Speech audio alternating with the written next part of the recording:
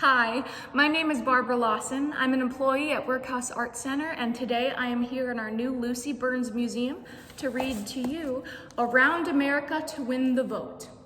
Two Suffragists, a Kitten, and 10,000 Miles by Mara Rockcliffe, illustrated by Hadley Hooper.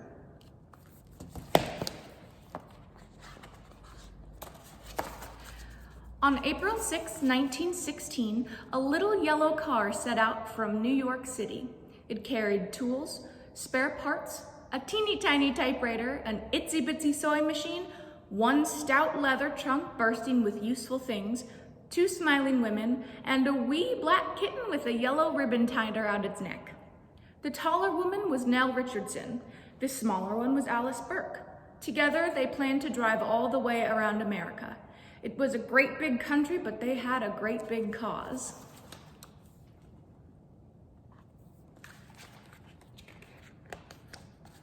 Votes for women, Alice told the reporters. Votes for women, Nell agreed. They said the typewriter and the sewing machine were all a part of their plan. If anyone said women didn't have the brains to vote, then Nell would dash a poem off right then and there and prove they did.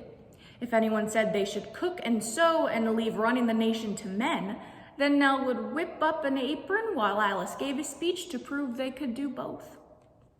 And if the two of them could circle the United States, 10,000 bumpy, muddy, unmapped miles facing danger and adventure all alone with just each other and a kitten in their little yellow car, well, that would prove that women could do anything.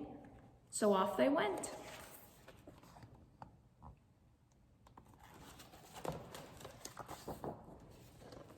That very day, they had their first adventure when a horse pulling a wagon down a narrow road refused to let them pass. Votes for women, Alice told the horse. Nell tied a Votes for Women yellow daffodil behind his ear. Then the horse stepped aside and let the little yellow car go on its way. In Philadelphia, they stood up on their seats to speak to the great city crowd. Nell didn't need to write a poem on her typewriter or sew an apron on her sewing machine. Men and women cheered. But the next morning, blizzard! Nell and Alice dug into their trunk of useful things. They put on their raincoats and their rubber hats and drove through howling wind and swirling snow to Baltimore,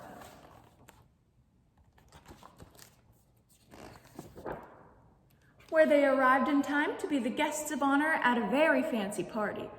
The trunk held a few useful things for parties too. The next day, when they stopped for gas, a crowd of men clustered around the little yellow car. Alice hopped up on the seat to give her speech, but no one listened. So she told them all about the car instead. Votes for women, the men said, and waved as Nell and Alice drove away.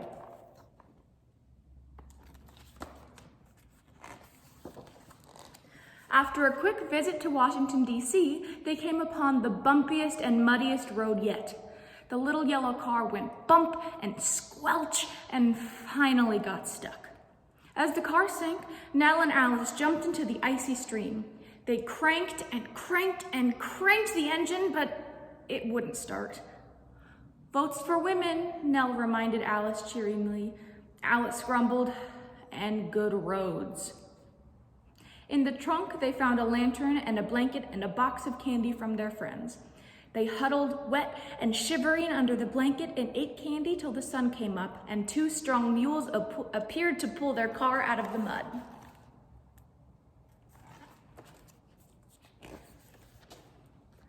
In Virginia, Nell and Alice passed a school and all the children ran to see the little yellow car. They hung all over it and wouldn't let the women, or the kitten, go till Alice promised to send them a picture postcard from someplace extremely far away. They drove into North Carolina, passing fields of singing birds and butterflies and goldenrod.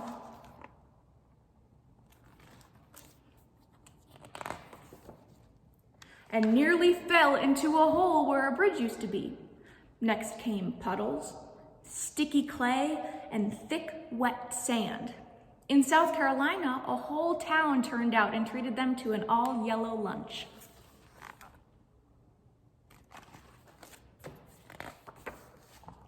In Georgia, they joined a circus parade.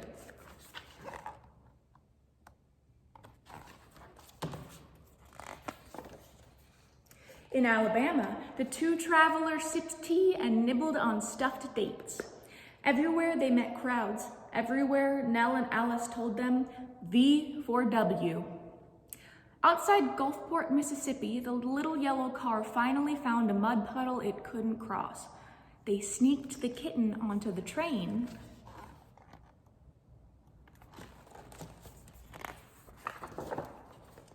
And smuggled it into a fine hotel in New Orleans. Then the little car arrived and they were on their way.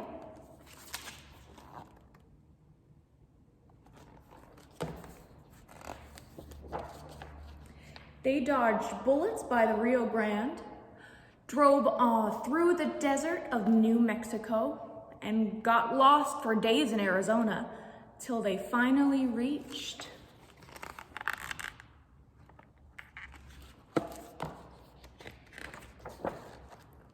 California, where they won a medal at the fair for driving a long way to get there, all the way across America.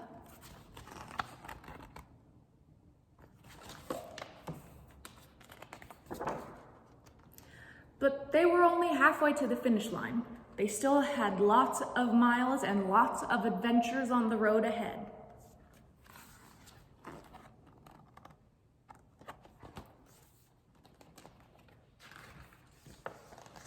On September 30th, 1916, a little yellow car drove into New York City. It carried mud and dust and signatures and souvenirs from all around America, two smiling and sunburned women, and a fully grown cat. They arrived to a grand welcome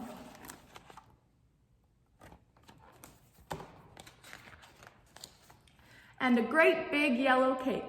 The cat ate 7 slices, as reported in the next morning's Tribune. After 10,000 bumpy, muddy, unmapped miles, Nell was ready for a rest. And Alice? She turned right around and crossed the country all over again.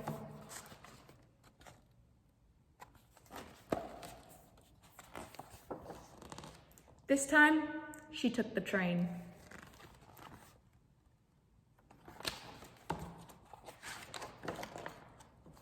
And that was Around America to Win the Vote, 2 Suffragists, a Kitten, and 10,000 Miles by Mara Rockcliffe, illustrated by Hadley Hooper.